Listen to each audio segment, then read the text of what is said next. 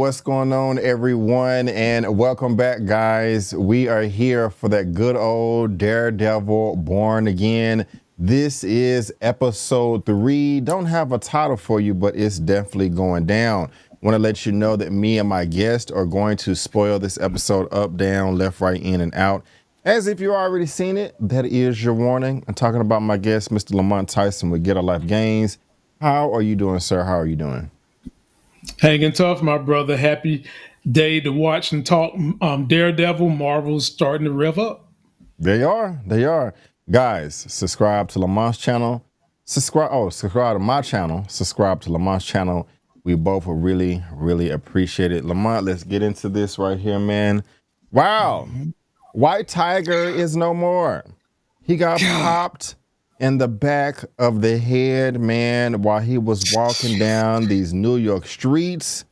He was innocent, not guilty. And I was like, yes, justice is served. And I was really looking forward to seeing my brother out here with this White Tiger outfit on. I wanted to see the punches and the kicks and the flips and all the somersaults. I wanted to see the amulet being put on and him possibly power up.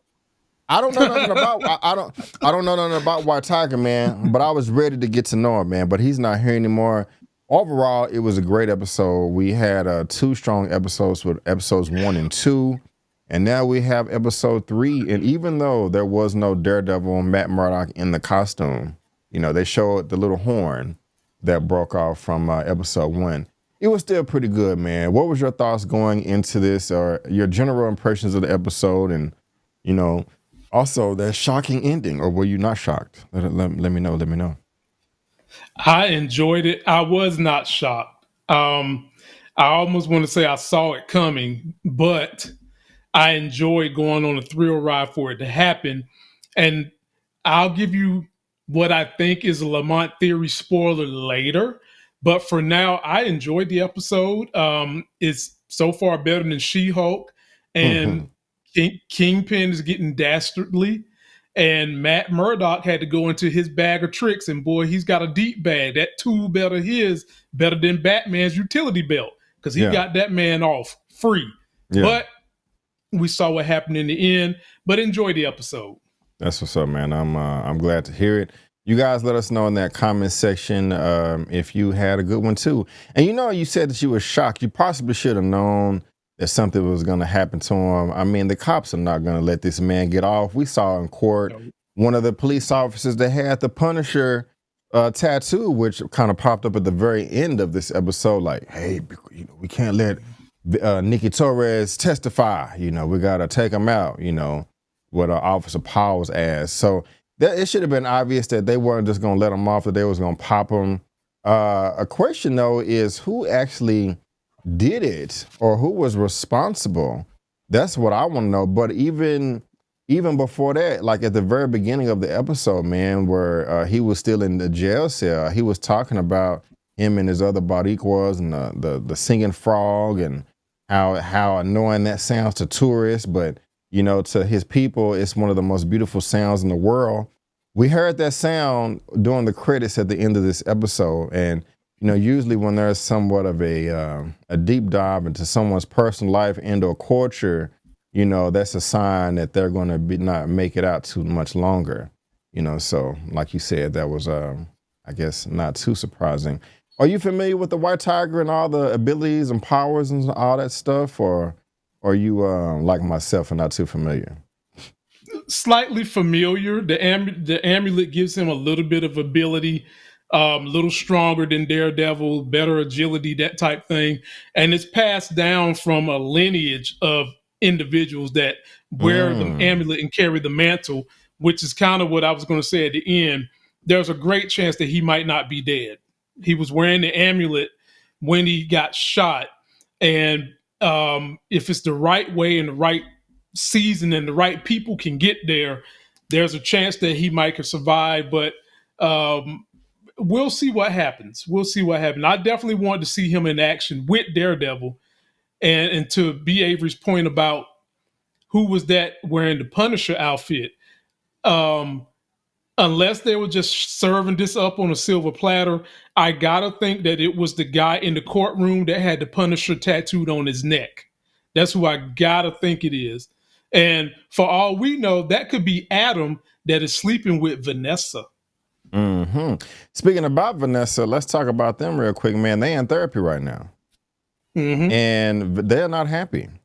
You know, No. Fisk had a certain line of dialogue just saying, hey, let's not cross a place to where I won't trust you. Vanessa didn't like that, bro. Excuse me, I'm sorry. She turned up her face and was like, you're punishing me. For Adam, he's like, I'm not punishing you. And that's when the therapist, Samantha Matt's lady walked in, man. Are they going to make it or are they going to break up? We still got to give some kind of credence to Karen. I know that she just dipped to San Francisco, but there was feelings there. And if she ever comes back and she sees this Heather chick standing in the way, we could. Or I'm talking about, is Fisk and Vanessa going to make it? Oh. Yeah, they're going to make it. Okay. They're going to make it. I thought you was talking about Matt and Heather. Okay. Yeah. Okay, yeah. Fisk and Vanessa going to make it. They don't have any choice. As of right now, with the kind of power they have and their history in these streets, they don't have any choice but to make it. It's just a matter of, is Fisk toying with her, Keto Kingpin toying with her about that boyfriend situation? I don't really think he is. But right now, she's still trying to do her thing with the underground. So I think they'll make it, but it's going to be turmoil. What do you mean when you say you don't think that he is or she is like playing with the boyfriend situation? Like, what do you mean by that? Exactly? I don't think that Kingpin is doing. I don't think that his motives for anything that makes her upset has anything to do with her jump off. I don't think it's about that. Okay. Yeah. Same, Sarah. Yeah. Hopefully he can convince her. Because, I mean, whether they make it or they don't, I don't really care. I think Kingpin is a great character, like entertaining, but he's also despicable. And I'm not I'm not that big a fan of Vanessa either, but she's trying to move some serious weight, man. She's like, look, babe, with this sale, I can move or wash $200 million. That's a lot of bread. Wow. 200. And then what she said, 200 million? I think she said 200 million. And he was like, you know what? I have better, bigger goals than that right there. What bigger goals could he have, Lamont? That's 200 million. Like, what you think, bro? Power. I mean, it's one thing to get the money. I learned this from Little Kim. Money, power, respect. First you get the money, then you get the power, which means power trumps the money. So maybe he's got aspirations to become the governor of New York. And then you really can get your hands in the international dealings. And when you start playing international ball, you're talking half a billion. Billions. Yes, exactly. Billions. Exactly. Billions. Yeah. But Lamont, they can't not get into those international government billions of dollar deals if they having little water gun fights in the backyard, these little disputes between these gangs, man. They trying to drop off stuff and you're popping people in the, do you know who truck this is? Give me your wallet. And they got to owe Luca owe the other people 1.8 in restitution. Hey, tell your boss to come down here, man. I don't take orders from your errands, I can't even talk. The mayor's errand boy. I don't know, man. That doesn't really seem like it's going to play out too well. It seems like somebody is going to get, fed to the fishes, because they don't like the hierarchy of power here, man. What's up with Luca, man, and this little attitude that he throwing, at the docks when they're trying to work everything out in the backyard of this Red Hook site? Luca, I love calling him tracksuit mafia. You see them outfits he be wearing, fake ass Louis Vuitton in blue. I just think he's upset that he feels like he should be the right hand person to Fisk. He feels like now Fisk done moved up. He's the mayor. We know he's dirty. Why he ain't taking care of me? If you can recall, he was at the table in the very first episode. He was at the table when Vanessa was there. And when Kingpin walked in, everybody just basically in a showing of pure respect, got up silently and walked out because the big dog had come back. And so I just kind of feel like he's a little jealous that he's not closer to Kingpin than what he is. and he wants to have a conversation with Kingpin about what it is he can do and serve a role, but they trying to keep a puncher's distance away from all that. Yeah, yeah.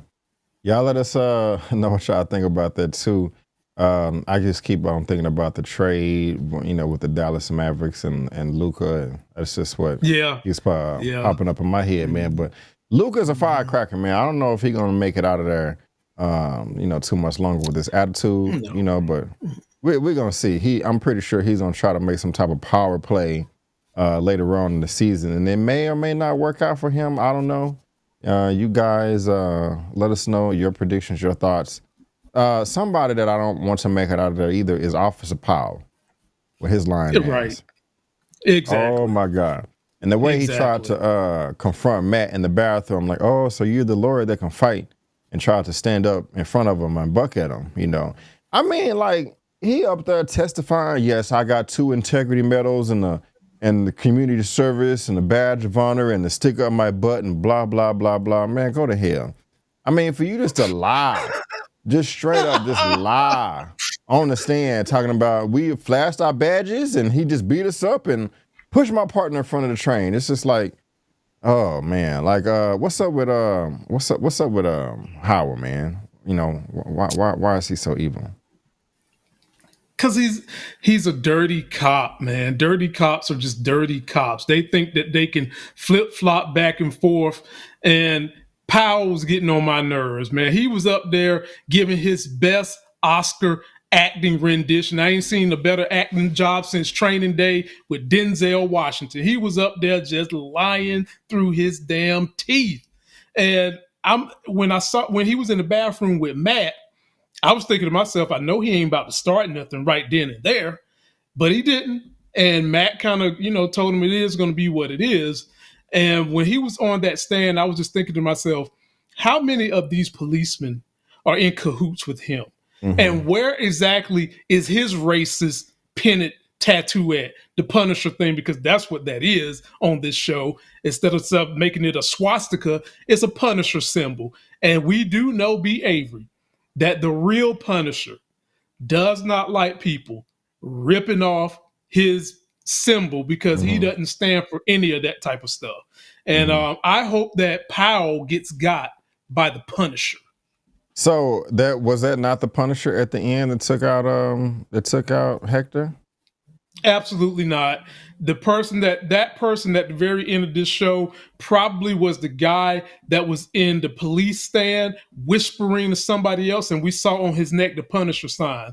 Yeah. That was not the Punisher that took out Hector. No way. Yeah, nope. I don't think so either. There would be no valid reason for that, in my opinion, of why he would take him out. If anything, the real Punisher, John Bernthal's character, Frank Castle, would want to team up with White Tiger, if anything else. I mean, I think, right. I mean, he want to work by himself, but he would want to team up with him before just taking him out like that. That's exactly. That just really doesn't make any sense. Something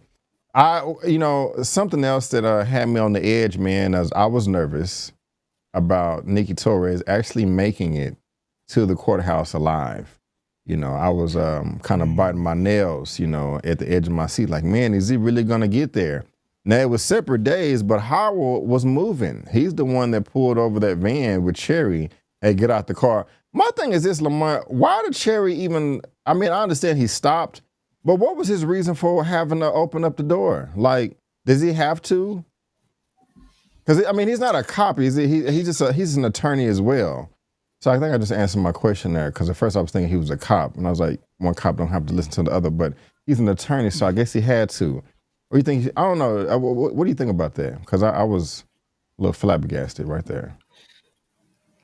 I think that he played it out because he knew that Nikki was going to be in another location, and so he just strung it along as long as he could.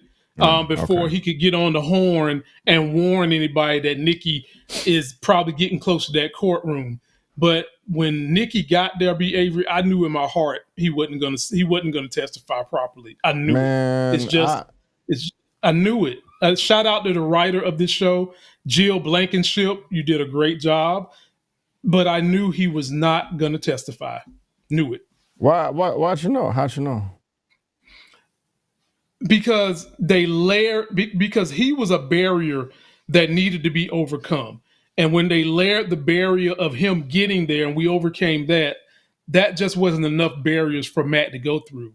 And I Yeah. said to myself, he's going to get in here. He's most likely going to feel some kind of way when he see all these cops, especially considering he's a CI. He's been working with them. They know him personally. They know his situation personally, and they can dictate and manipulate things in his criminal background. He's down to his last stripe. He won't see his family no more. Yeah. I kind of felt like he was going to get on that stand and lie through his teeth too, which is exactly what he did. Yeah. Yeah. I'm very frustrated about that. Because I was happy. I was like, yes, he made it. He's going to testify. These crooked cops are not going to execute him in front of the judge and everybody else. That would be insane. Pandemonium, you know? And yeah, he lied and was like, I know I was at the crib, man. I don't know what you're talking about. I was like, oh my God, I was pissed off, bro. I was also pissed off at him when he ran out the safe house and he was like, he stopped in the middle of the street. He was like, hey man, y'all said y'all was gonna keep me safe. Well, don't stop, idiot. Keep on moving, moron. I mean, he gonna sit here and run out and tie a shoe and all. It was crazy. And bruh, and then they accommodated everything he wanted. They gave him the white snow that kind of helped keep him level with where he needed to be. They had him in a storage unit somewhere, unbeknownst to anybody, except for him wigging out, going outside, like you said. It was just too much going on with him. I kind of knew, behavior, that something was going to go wrong with him. And if they didn't kill him, he was going to get up there and embarrass Matt. And he did to some degree, but like I said, Matt has a tool belt better than Batman, and he was able to pull it out. Yes, he was able to pull it out. I like that too. That was very smart. Making him identify himself as, or outing him as the White Tiger. But he couldn't lose, man, when he pulled out those official police reports, those non-biased police reports, just saying, here you go, right here, officer after officer after officer after officer, saying positive things about how this person went out of their way to save lives. And not only that, but also help other police officers. Like, I was getting my ass beat and White Tiger came and helped. So because he came and helped, I was able to, arrest the assailant and take him to jail. Thanks, White Tiger. You can't beat that, man. Exactly. That was a great defense. However, the prosecution had a great defense as well, talking about good people and bad people, like bad people can do good things and vice versa. I like that. Do you have anything to add to that, sir? That is absolutely true. It can be like that.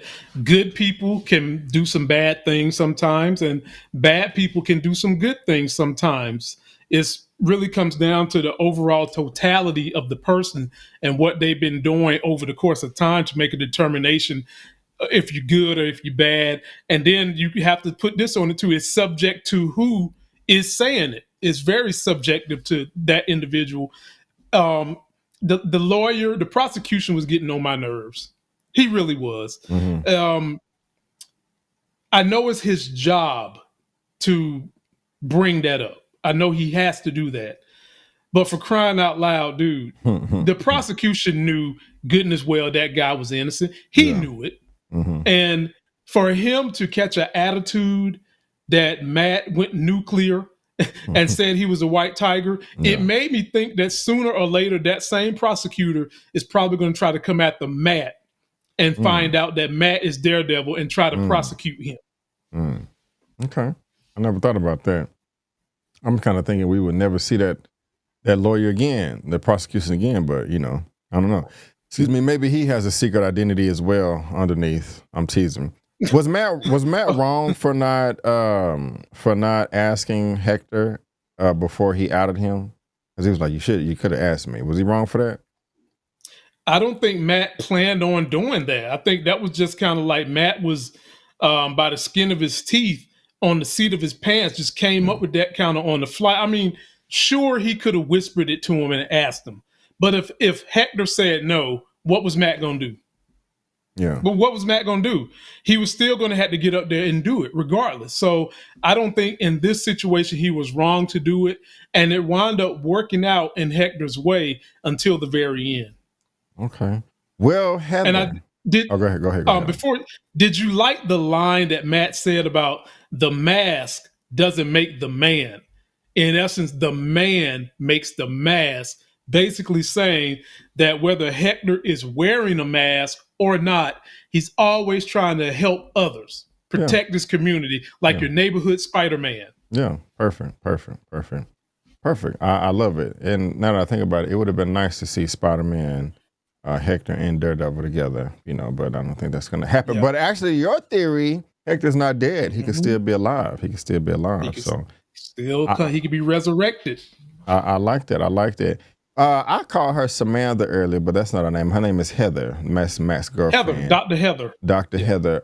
Will she ever find out that Matt Murdock is really Daredevil? And do you want that she's to happen? Gonna find. I don't want it to happen, but she's going to find out. And then she's going to know she's in a very compromised position between Keto Kingpin, the mayor, and Matt Daredevil. And I'm wondering how is she going to handle it? Which way would she go? Because I still think that there's feelings with Matt and Karen. I think that she might lean in toward Vanessa and Keto Kingpin, and then Karen's going to have to step in and put old Heather in her place. Okay. I got you, man. We know that the Punisher was not we're assuming that the Punisher was not the person that executed Hector, the White Tiger. But is Fisk responsible for it? Did he hire the hitter? Because that line of dialogue at the end. Okay. Okay. That's obvious. I mean, he hired the person, but through, of course, you ain't going to be able to make that stick on him. He either got Daniel to do it or he got Vanessa to do it, one way or the other one. Because did you see the rage in that man's eyes when Hector got away with that? I mean, Hector didn't do anything wrong. And Keto Kingpin is up here making it seem like the guy really was killing police officers. And we've seen this in real life, B. Avery, lying to people, getting people all in a tizzy over nothing because you just want things to go the way you want them. You want to be the savior of New York. You don't like these masked Avengers being the savior. Kingpin wants to be the savior of New York, and he's going to stop at nothing to get that job done. So what he's doing with all the people that are masked heroes is the same thing we're seeing in America, where we got a president getting rid of DEI. Same thing. There you go. What else is there to talk about? What do you want to get off your chest that I haven't mentioned? An important plot point, and what are your final thoughts, sir? Do you think BB is going to die? Because you saw Keto Kingpin have Daniel go get BB, and that's where he was giving all the lines about these vigilantes and their cop killers, and his chief of staff did not want him to go that route. She wanted him to go the mainstream route, but he gave it to BB. So is BB in too deep? Is the question I pose to you, B. Avery. I don't know, man. I think so. I think she is going to eventually get in too deep. I don't want her to die. Thank you for bringing her up because I did forget. But either she's going to die or Sheila. I don't think both of them are going to make it out. Either one of them or both is just not going to like the path that Fisk is going down, and they're not going to want to be a part of it. Or maybe Sheila or BB walk in on a murder or something like, and he's like, oh, I got to take it. I can't let you, throw me under the bus. So I got to, take you out or hold you hostage or something, But yeah, as far, I don't know, man. The crap is going to hit the fan with BB and Fisk, though. I think it's not going to be pretty. It's going to be ugly, and hopefully she makes it out of there alive, but I don't know if she will or not, and I'm nervous. I think BB will make it, but Sheila, she's a wrap. Because Sheila is a good person. Yeah. Kingpin is surrounded by yes men that'll say yes, even if it's to a bad dress. Or in other words, even if it's to bad behavior. Yeah. They all will do it. And Sheila's the only one that would probably stand up to him and then she's going to realize just how evil he is, and they're going to have to take her out. Yeah, man, that's going to be pretty unfortunate. It's going to be pretty sad, and I don't know if I'm ready for that, but we're gonna have to see. But unless you have anything else, ladies and gentlemen, boys and girls, that is going to wrap it up for me and Mr. Lamont's recap review for Daredevil Born Again, episode 3. Thank you so much for tuning in. He really does appreciate it, as do I. Also, subscribe to his channel, subscribe to my channel, and we will be back same time, same place next week for episode 4. It's going down, and let's see, by the time this comes out, what other things are we going to be talking about? Reacher. Oh man, check out our recaps for Reacher. Yeah. Also, we covering Power. We're covering Power, Raising Canaan, and also I think we may do Dope Thief that's coming out this Friday as well with Brian Tyree Henry on Apple Plus TV or Apple TV Plus or whatever the hell it's called. But ladies and gentlemen, boys and girls, we just want to thank you so much for tuning in. And before you go, don't forget that I'm B. Avery, that's Lamont, and that's just our opinion. Peace out, right. And we'll see you next time. Subscribe. Yeah.